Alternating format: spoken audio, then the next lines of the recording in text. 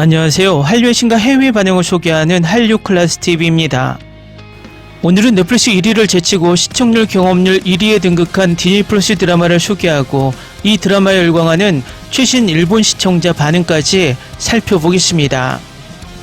한 드라마가 공개 직후 국내 넷플릭스 정상을 밟은 화제작을 제치고 소비자 조사에서 시청 경험률 1위로 확인됐습니다. 최근 종영한 19금 액션 시리즈로 시즌1에 이은 후속작임에도 시청 경험률에서 압도적인 격차를 벌리며 저력을 입증했습니다. 화제의 주인공은 디즈니 플러스 오리지널 시리즈 킬러들의 쇼핑몰 시즌2입니다. 지난 7월 22일 1, 2회를 시작으로 매주 수요일 2회씩 공개돼 지난 12일 7, 8회를 끝으로 8부작 대장정을 마쳤습니다. 컨슈머 인사이트가 발표한 26년 8월 2주차 OTT K 오리지널 콘텐츠 시청자 평가 리포트에 따르면 최근 2주 내 론칭된 드라마 가운데 킬러들의 쇼핑몰 시즌2가 시청 경험률 21%로 1위에 올랐습니다.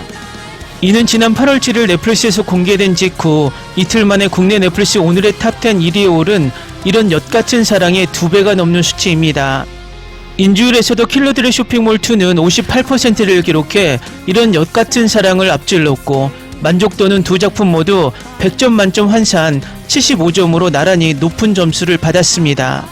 시즌1이 남긴 거대한 수많은 미스터리를 회수하고 한층 더 확장된 세계관과 스케일로 돌아온 시즌2는 한국을 넘어 일본 현지 시청자들과 평단까지 완벽하게 사로잡았습니다. 최근 일본의 문화 엔터테인먼트 전문 미디어들은 일제히 킬러들의 쇼핑몰 시즌2의 방영 소식과 함께 집중 리뷰 기사를 쏟아내고 있습니다. 현지 평론가들은 특히 전작의 성공에 안주하지 않고 더욱 대담해진 연출과 서사적 깊이를 확보한 점을 높이 평가했습니다. 일본의 유력 영화 드라마 매거진인 시네마 프론티어는 최근 기사를 통해 한국 드라마가 OTT 플랫폼을 통해 보여주는 시즌제의 진화는 놀라울 정도라며 킬러들의 쇼핑몰 시즌2는 단순한 살육전의 반복이 아니라 주인공 지안의 처절한 내면 성장과 부활한 진만 사이에 복잡다단한 유대를 섬세하게 직조해낸 웰메이드 마스터피스라고 평했습니다. 또한 경제 대중문화 종합진 니케이 컬처 역시 가상 온라인 무기 쇼핑몰 머드엘프와 거대 군수기업 바벨론의 대결은 할리우드 블록버스터의 외피를 두르고 있으면서도 그 내면에는 아시아 특유의 끈끈하고도 서글픈 연대정서, 즉 언더독의 반격이라는 보편적 카타르시스를 품고 있다고 분석했습니다. 이 매체는 특히 김혜준이 보여주는 단단한 주체성과 이동욱의 압도적인 아라베스크 액션이 시즌2에서 정점에 달했다고 극찬했습니다. 이번 시즌2가 일본 현지에서 폭발적인 반응을 이끌어내는 데는 아시아 전역에서 사랑받는 일본 톱 배우들의 전격 합류도 결정적 역할을 했습니다. 영화 드라이브 마이카 등으로 세계적 명성을 얻은 오카다 마사키는 냉혹한 용병 제이 역으로 독보적인 분위기의 배우 현리는 팀장 큐 역으로 가세해 극의 긴장감을 극대화했습니다. 일본 엔터테인먼트 뉴스 사이트 오리콘 글로벌은 오카다 마사키의 출연에 대해 K 콘텐츠의 거대한 파도에 올라탄 일본 최고의 실력파 배우가 단순히 국경을 넘은 카메오 출연에 그치지 않고 극 전체의 핵심 서사를 뒤흔드는 입체적 빌런이자 프로페셔널로 기능한다며 한국 제작진의 세련된 디렉팅과 일본 배우들의 서늘한 연기 시너지가 국경 없는 장르적 쾌감을 선사한다고 보도했습니다. 이곤 감독은 일본 언론과의 인터뷰에서 이들 배우의 캐스팅 비하에 대해 언급하며 큐와 미네의 1대1 액션 그리고 제이의 섬세하면서도 잔혹한 액션합을 소화하기 위해 배우들이 엄청난 트레이닝과 노력을 기울였다고 밝혔습니다. 현지 언론은 이처럼 다국적 인력들이 유기적으로 결합하여 완성도 높은 총기 맨몸 액션을 완성해낸 점을 두고 아시아 콘텐츠가 서구 글로벌 시장을 겨냥하는 가장 모범적인 협업 사례라고 평가합니다. 이 드라마의 플리스 배틀롤 일본 순위를 보면 디즈니 플러스 순위가 얼마나 엉터리인지 바로 알 수 있습니다. 처음 나오는 아시아 4개국 순위만 나오는 순위에는 일본 순위는 오늘 날짜 탑10에 들지 않지만 직접 일본 순위를 클릭해서 들어가면 전체 2위입니다. 또 왜 그런지 모르겠지만 아래 따로 나눈 또 다른 순위에서는 2위를 계속 유지하는 것으로 표시가 됩니다. 이 순위를 잘 모르는 분들은 처음 순위만 보고 일본에서 인기가 없는 것으로 착각하게 만드는 순위표입니다.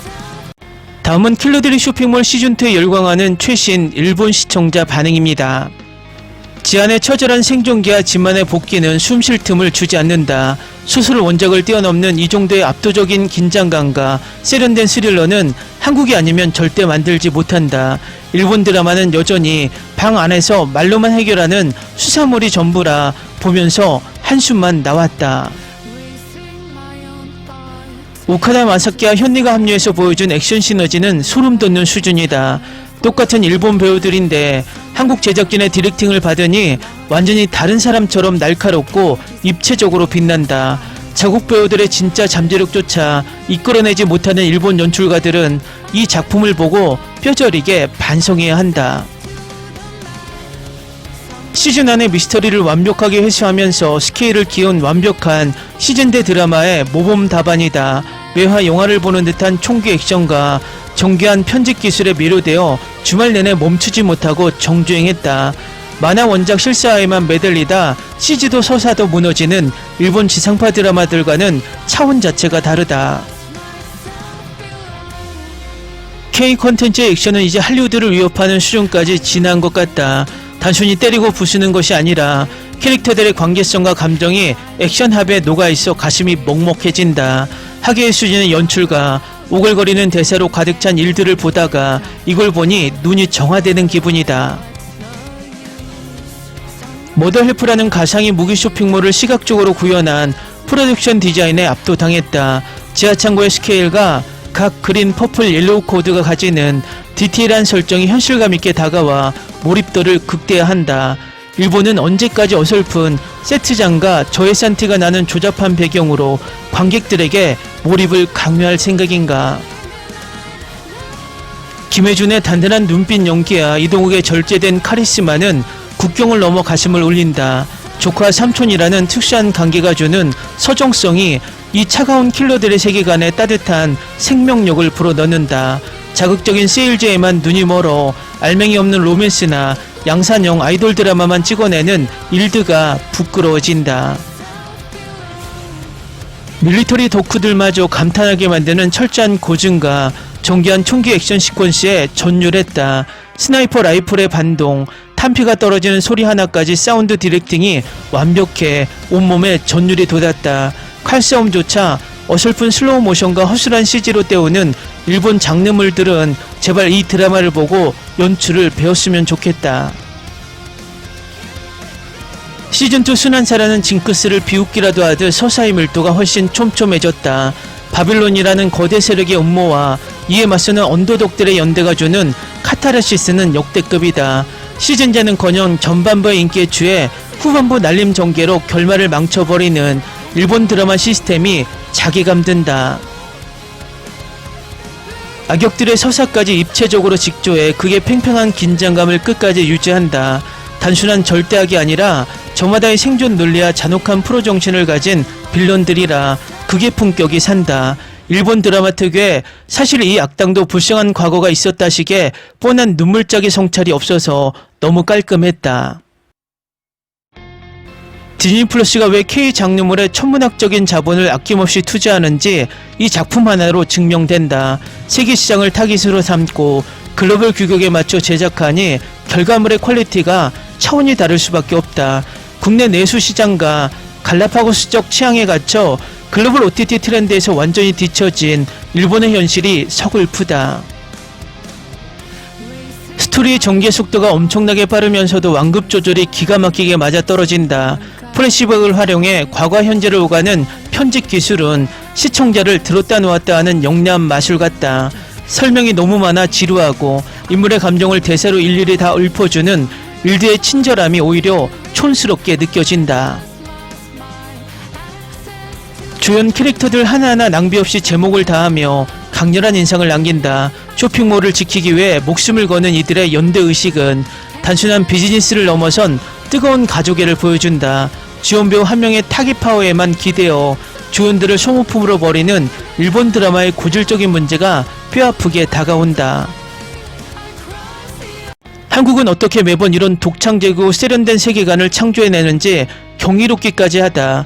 어두운 킬러의 세계를 현대적인 감각과 스타일리시한 영상미로 포장해 보는 내내 시각적인 즐거움이 가득했다. 참신한 기획은 고사하고 과거 히트작의 리메이크나 안전한 장르만 반복 답습하는 일본 방송계는 희망이 없어 보인다. 시즌2의 결말을 보고 나니 벌써부터 시즌3를 애타게 기다리게 만드는 중독성이 있다.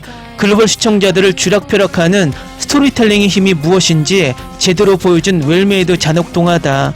스토리가 막히면 갑자기 황당한 전개로 시청자를 기만하는 일드와 비교하면 제작진의 장인 정신이 느껴진다. 댓글 반응 잘 보셨나요? 일본 언론들과 시청자들이 이 드라마를 향해 쏟아내는 극찬은 단순히 액션 시퀀스의 화려함 때문만은 아닙니다. 소외된 자들의 집합체인 머드엘프 패밀리가 거대 권력인 바빌론에 맞서는 과정, 그리고 그 중심에서 흔들리지 않고 거대한 유산을 이어받아 마침내 방패가 되기로 결심한 조카 지안의 눈빛 속에서 시청자들이 발견하는 인간적인 온기가 국경을 초월해 깊은 공감을 자아내고 있기 때문입니다.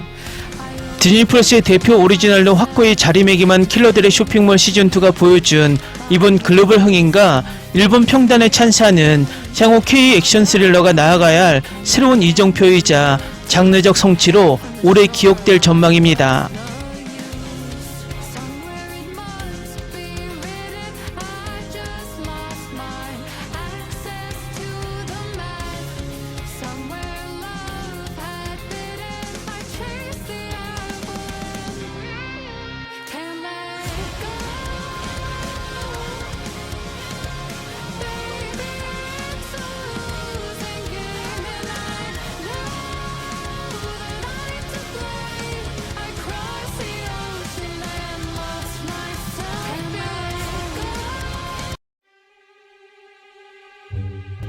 Ni se te ocurra.